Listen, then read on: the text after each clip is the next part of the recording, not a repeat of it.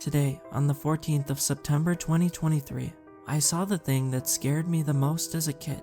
Nobody knew who he was and where he came from. I was the only one to realize who he was. When I was 5, I lived in a small town in between two major cities. It was a simple town, but a nice one. A big park, a small mall with all the basic shops, and a small primary school. I used to go to that school until the 3rd grade.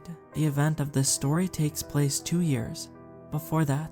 When I got into the 1st grade, my parents decided to call my best friend's mother. The goal of the call was for me and my friend to walk together to school since we both lived close to the school. Keep in mind that we were both 5 years old. We first walked the path with our parents for the first week.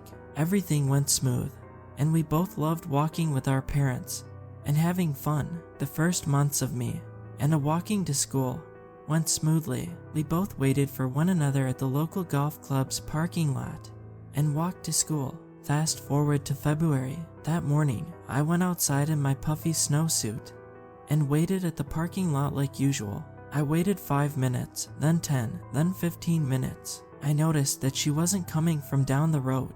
My parents didn't warn me about that, did they? I decided to still go on my merry way. Oh boy, was I wrong to do that. I should have came back home and told my mom or something. As I walked down the road, I passed a house that always made me feel uncomfortable. It was a big house, 3 stories high, and made of a dark brown brick, and the windows were blocked with bed sheets. The parking lot was filled with trash and old toys that were discolored by the sun. As I walked past it, I heard a door open. Soon after, I heard a man call me. "Hey, come over here," he said in a weird kid-friendly voice. I turned around to see who it was, and it was this weird tall man with long and slick ginger hair. He had a metalhead haircut, and he was wearing a black hoodie with some disgusting jeans and nothing more but Crocs on his feet. "I have something to show you, bud. Come inside, I have something for you," he said with a smile on his face. I never lived something like this, but I remembered my dad telling me if anyone you don't know asks you to follow them in their car or inside their house, do not follow them. As I heard what the man said, I started running as fast as I could. When I turned the street corner, something grabbed me. He grabbed me. He was holding onto my shoulder and turned me around to face him. The smell of his hair was horrible, a mix between rotten eggs and cigarettes. I looked at him for a split second before deciding to make another run for it.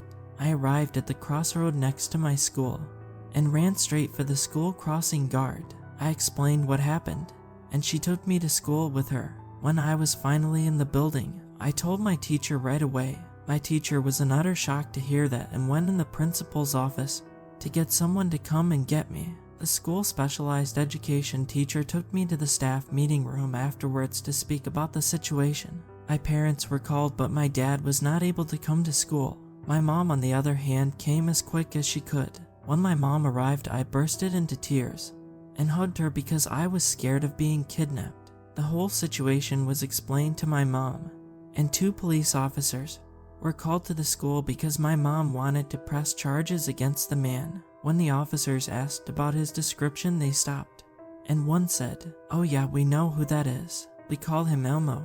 My mom took a second and looked really confused. As a kid, the only thing that was close to Elmo was that red little monster thing, and I remember being confused as well. My mom then spoke. "Who the hell is this Elmo? And why would he grab my son like that?" The teacher tried to talk, but the officers started arguing, and the room was filled with the loud voices of both my mom and the officers. After they were done, the teacher said something that still makes me mad to this day. "Listen, officers, he did not mean to lie to you. It's just a big misunderstanding. Children these days have a tendency to lie a lot." The teacher looked at me and told me, "Go ahead, redacted. Tell the officers that it was a made-up story, that you just imagined things because you were alone and scared." She was looking at me with knives instead of eyes. Of course, I tried to defend myself, but she didn't want to hear what I had to say. In the end, I was pressured into lying about my lie. The officers gave me a warning and a good old verbal beating. My mom knew that I wasn't lying and took the matter in her own hands. That day, I went home in the morning, and my mom decided to make me skip a whole week of school to think about what I did. Fast forward 15 years. I now work as a cook in a pub. Today was a good day as usual. I greeted the clients like usual and kept working in the kitchen. At some point during the day, my colleague said, "Damn, look at that guy's hair. That thing is long."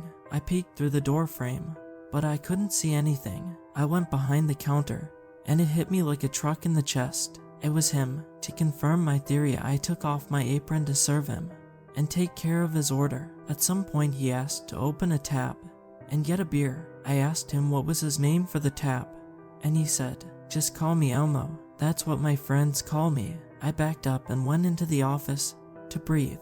I felt like I was gonna be sick. I sat down at my laptop in the office and looked up Elmo child offender. I found something that made me sick. This guy was a registered sex offender. He was incarcerated from 2009 to 2022.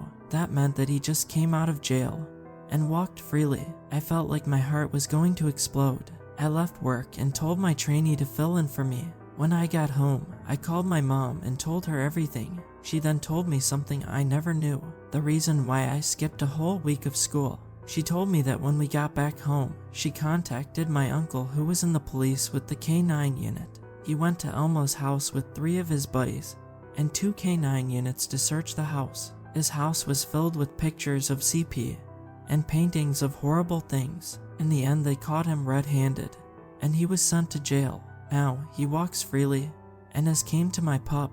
As of now, I'm home and safe. I don't know what to do if he comes again, but one thing is for sure, I won't sleep tonight. Peace out.